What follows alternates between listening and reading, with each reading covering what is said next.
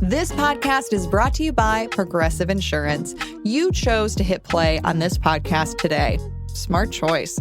Make another smart choice with Auto Quote Explorer to compare rates from multiple car insurance companies all at once. Try it at progressive.com. Progressive Casualty Insurance Company and Affiliates. Not available in all states and situations. Prices vary based on how you buy. For over 50 years, Burlington's legacy has been great deals on coats for all weather conditions. So before you're caught unprepared for the winter weather, head to Burlington for name brands, quality items, and surprising fits for every family member. Stock up on coats, sweaters, and accessories before the cold hits, so you can finally stop avoiding the elements and start living comfortably. Warm up at your nearest Burlington location less than 1 mile away. Burlington. Deals, brands, wow.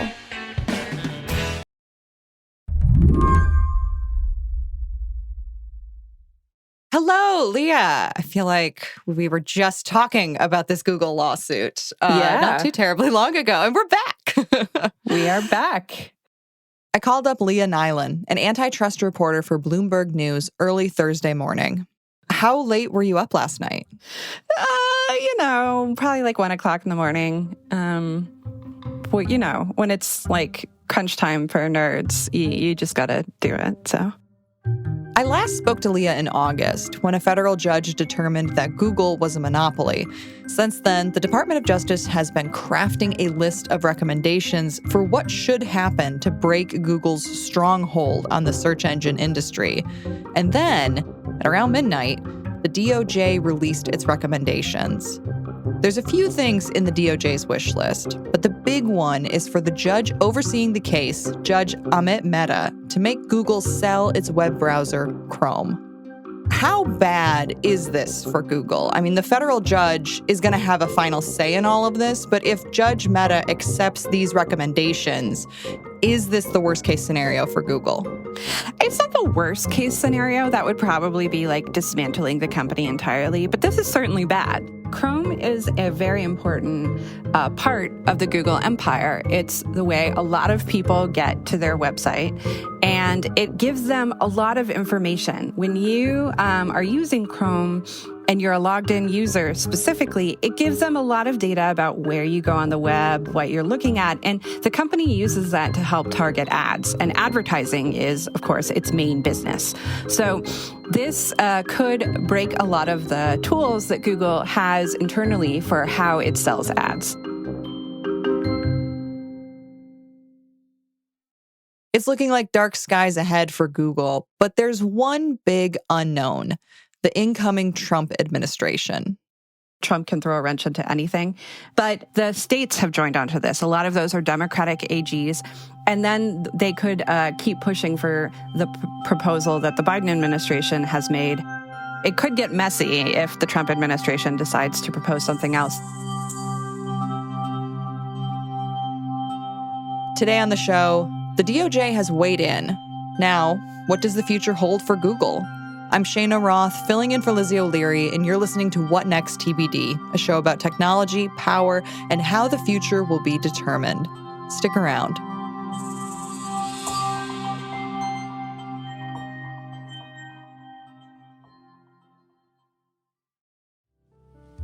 This episode is brought to you by Public. Did you know you can lock in a 6% or higher yield with a bond account at public.com? The Federal Reserve announced another rate cut, and there could be more rate cuts this year and in 2025 as well. That's good news if you're looking to buy a home, but it might not be so good for the interest you earn on your cash. So, if you want to lock in a 6% or higher yield with a diversified portfolio of high yield and investment grade bonds, check out public.com. It only takes a couple of minutes to sign up. And once you lock in your yield, you can earn regular interest payments even as rates decline. Lock in a 6% or higher yield with a bond account at public.com/whatnext. But remember, your yield is not locked in until you invest. Brought to you by Public Investing, member FINRA and SIPC. As of September 26, 2024, the average annualized yield to worst across the bond account is greater than 6%. Yield to worst is not guaranteed, not an investment recommendation. All investing involves risk. Visit public.com/disclosures/bond-account for more info. This podcast is brought to you by Progressive Insurance. Do you ever find yourself playing the budgeting game, shifting a little money here, a little there, just hoping it all works out? Well, with the Name Your Price tool from Progressive, you can be a better budgeter and potentially lower your insurance bill, too. You tell Progressive what you want to pay for car insurance, and they'll help you find options within your budget. Try it today at Progressive.com. Progressive Casualty Insurance Company and Affiliates. Price and coverage match limited by state law. Not available in all states. I want to set the stage for how big this is for Google. How popular is Chrome among all of the browsers out there? So Chrome is the most used browser in the world. In the United States, it is thought to have a market share of between 60 and 75%, depending on whether you're talking about desktop or mobile.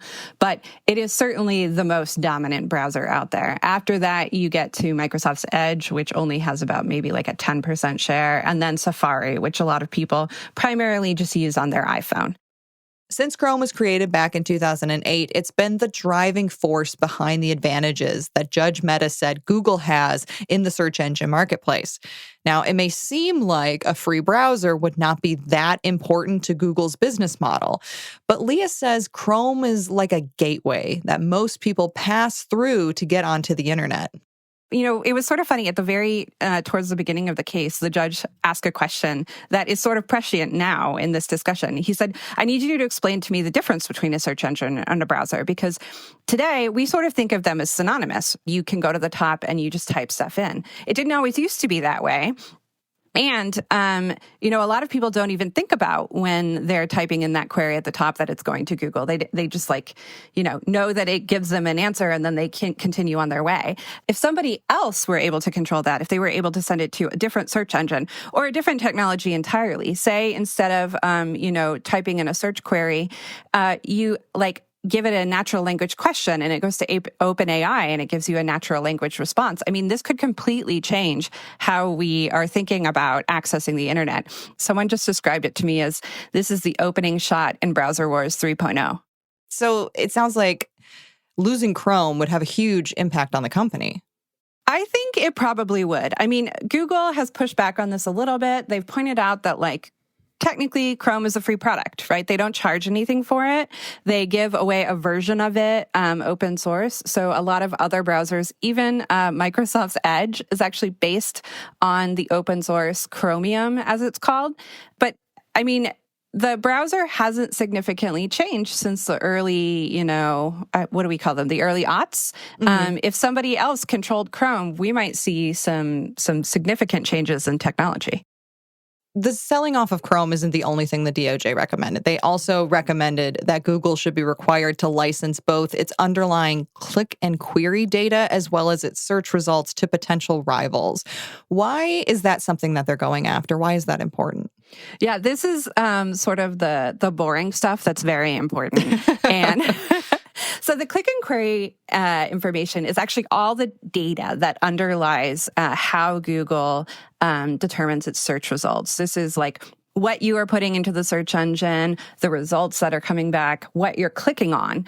And this is really important information because it helps search engines determine the right results and sort of see trends over time. This is something the judge found Google has a clear advantage in because it gets 16 times as much data as the next search engine, Microsoft's Bing. So making Google share that is going to, rapidly improve other search engines. Same with this idea of syndicating search results. So what that means is Google will be selling access to its search results, not necessarily all of the underlying data, but also just sort of what people are searching, what the results that it would put forth are. And that would allow not just other search engines, but also people who are interested in AI, a lot of data that they can use to build other products. AI is built fundamentally on scraping the web, but that's a really expensive proposition. And so a lot of people don't do it. Also because websites don't like you to access their website hundreds of times a day. It costs them a lot of money. So now people will have this ready source of information from Google that they can use to build these sort of things. What has Google said about all of this? Well, Google's not particularly happy, as you can imagine. They say that this is complete. All of this is completely beside the point. The case was fundamentally about Google's contracts to web browsers and smartphone manufacturers to make its search engine the default. And they say that the remedy should focus on those contracts. So, okay, the judge had a problem with them paying to be the exclusive. They can, no longer require that it be exclusive. They could be like, okay, Apple, we are going to allow you to use other search engines. We'll just pay you for the traffic that you send us. And they think that that is probably a better result for what the judge found was problematic. They are going to get a chance next month to file a full brief on what they think the proposed remedy should be and any responses to the Justice Department. I will just say the Justice Department thinks that sort of having that tiny remedy is not going to be good enough because Google, the judge found, has been a monopoly for a long time. And you can't just make minor changes, tell, a dominant company to sort of go forth and sin no more. You have to fix, what was wrong. They often say, if it's fruit from the poison tree, you can't just get rid of the apple. So you got to sort of uproot the tree. When we come back, will Donald Trump save Google?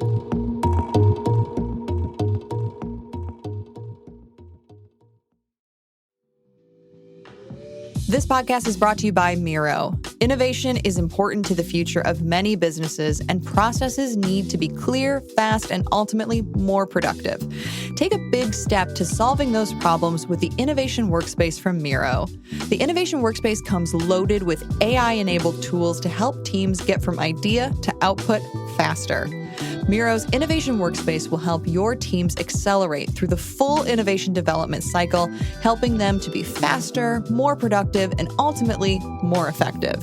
Its new AI-powered tools and features can visualize tasks ahead, condense documents to produce summaries in seconds, and even create complex diagrams and flowcharts using natural language. Whether you work in innovation, product design, engineering, UX, agile, or IT, bring your teams to Miro's revolutionary Innovation Workspace and be faster from idea to outcome. Go to Miro.com to find out how. That's MIRO.com.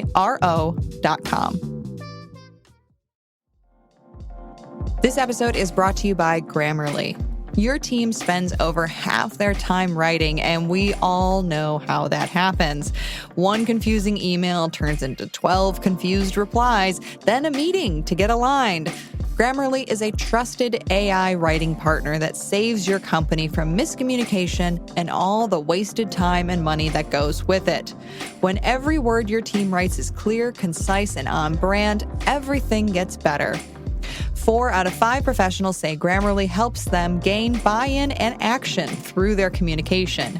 Teams that communicate better with Grammarly report 25% faster time to resolution for support tickets and 52% less time spent writing sales emails, saving 19 days per year per employee.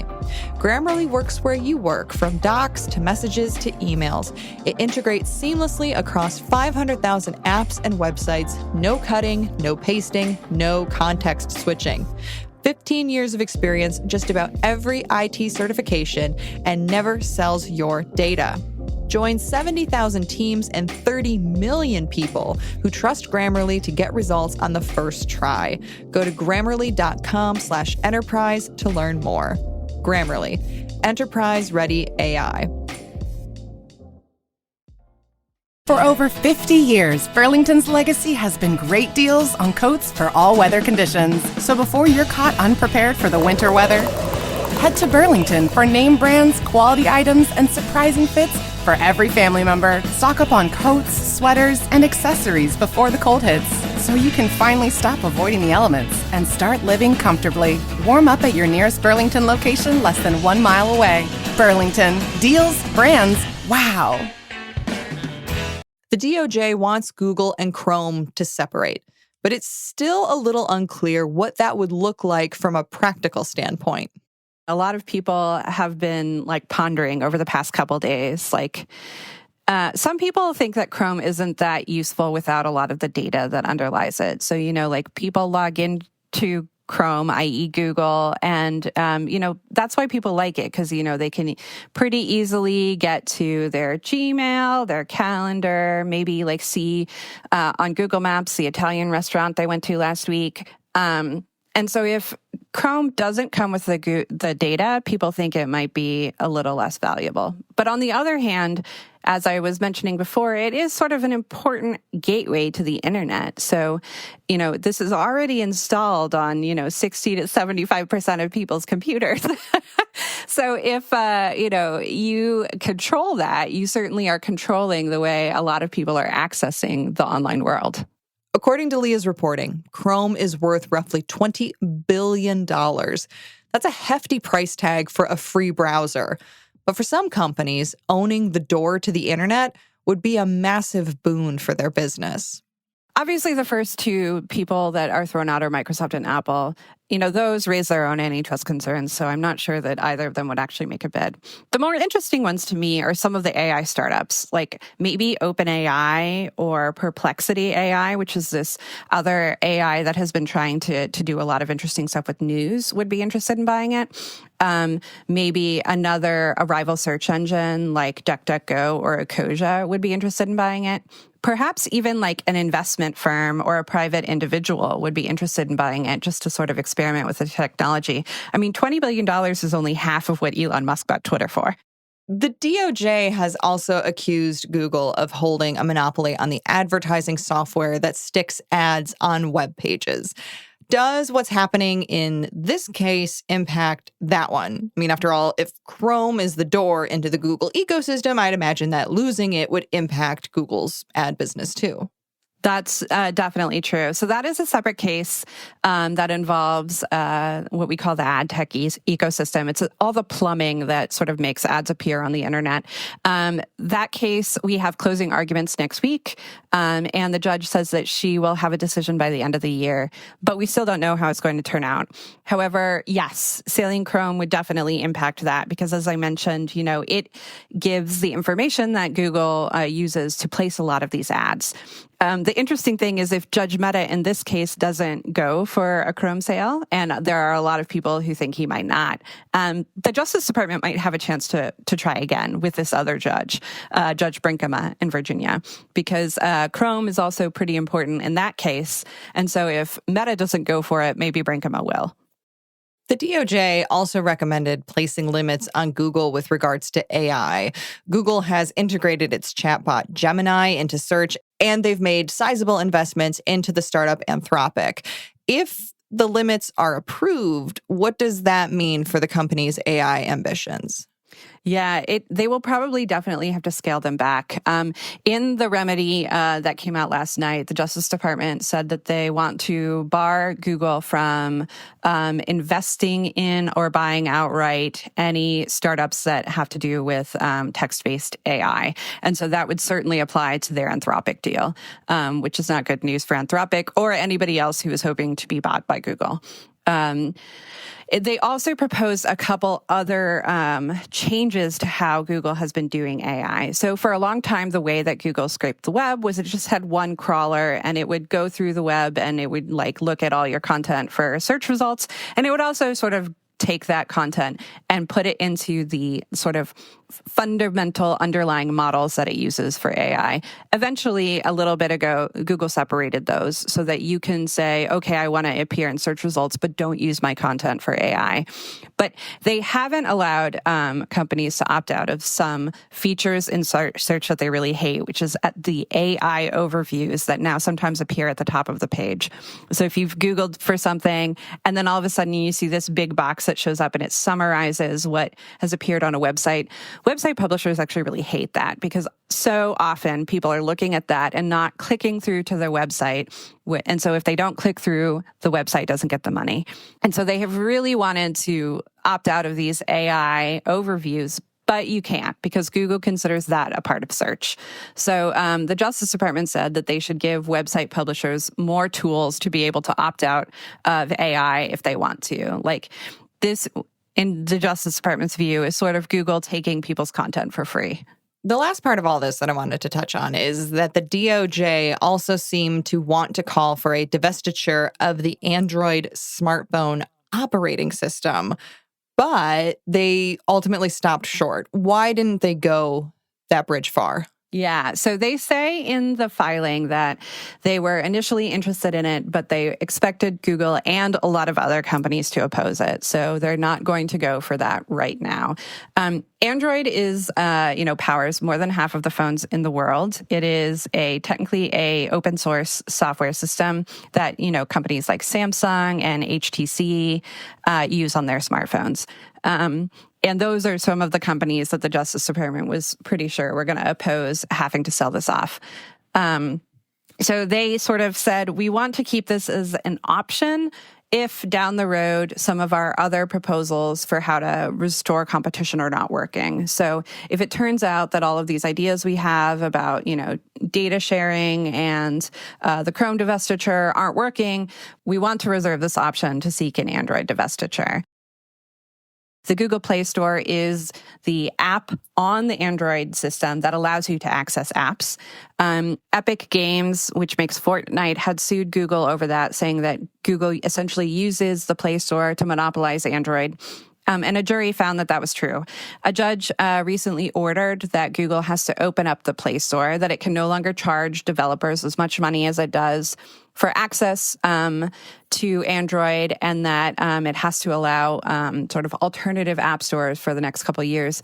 Google is appealing that finding, but, if the Justice Department were to seek a divestiture of Android right now, that would sort of throw a wrench in this other case and this other proposal that's going on. And so I think that was partially why they decided to sort of hold off on seeking a divestiture of Android for right now. Okay, so the DOJ submitted this proposal. What happens next? Yes. So next, immediately, we get Google's response. And then the Trump administration comes in. And in March, they will get an opportunity to tell the judge if they think that there are any changes to this proposal that they want to make. So in March, we'll see sort of if the Trump Justice Department wants to take the same approach or if they might want something either bigger or smaller. Then in April, Judge Mehta has said he wants to hold a trial on this. We're not exactly sure how that's going to go. He's scheduled 2 weeks for it. There will be witness testimony talking about some of these proposals, expert testimony, like computer scientists talking about how this would work. And then the judge has said that he will have a final decision by no later than August of 2025. But the elephant in the room is still the incoming Trump administration. While the first Trump administration brought this case against Google in the first place, Trump himself has recently shown some skepticism around the idea that the company should be broken up. And at this point, it's anybody's guess. He is not a fan of Google. He has, criticized them in particular for censoring conservative voices. There is no actual evidence that they censor conservative voices, but conservatives believe they do. We did ask him, there was an interview in which Bloomberg did with Donald Trump during the campaign, and we did ask him the question about what he might do with Google. He sort of demurred. He said he's not sure if a breakup is the right option, but he does think we need to do something. So I think that is a pretty good indication that, his administration would probably want to continue either with the proposal that the Biden folks have outlined or maybe something stronger. In general, the Biden administration has gone pretty hard on antitrust, but with this incoming administration, do you think we could see a shift in antitrust enforcement?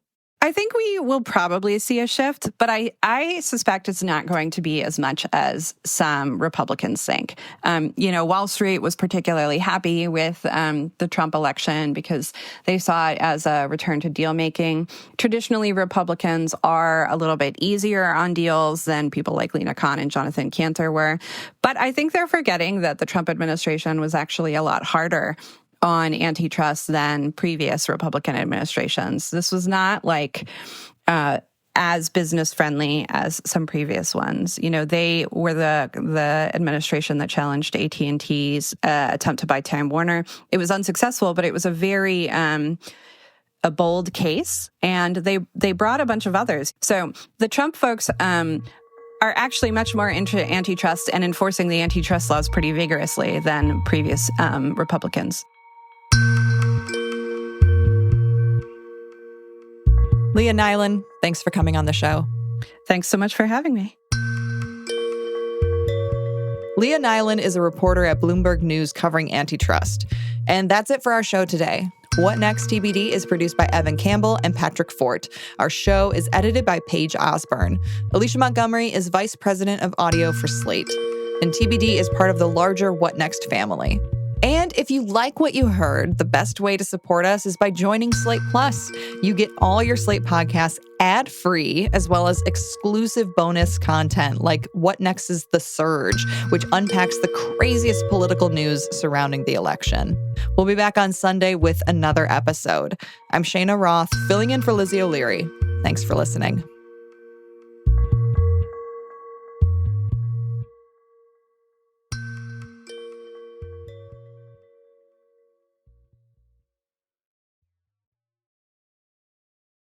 When shopping for Black Friday appliance deals, you want to pay less, and you probably think that means heading to a big box store. But for the best appliance deals, remember, Bray beats big. So skip Black Friday and get to Bray Friday, going on now at Bray & Scarf. Save up to 40% on select appliances, and get doorbuster savings on our best-selling GE Profile and Cafe appliances. Save now during Bray Friday at Bray & Scarf, where it doesn't cost more to get more.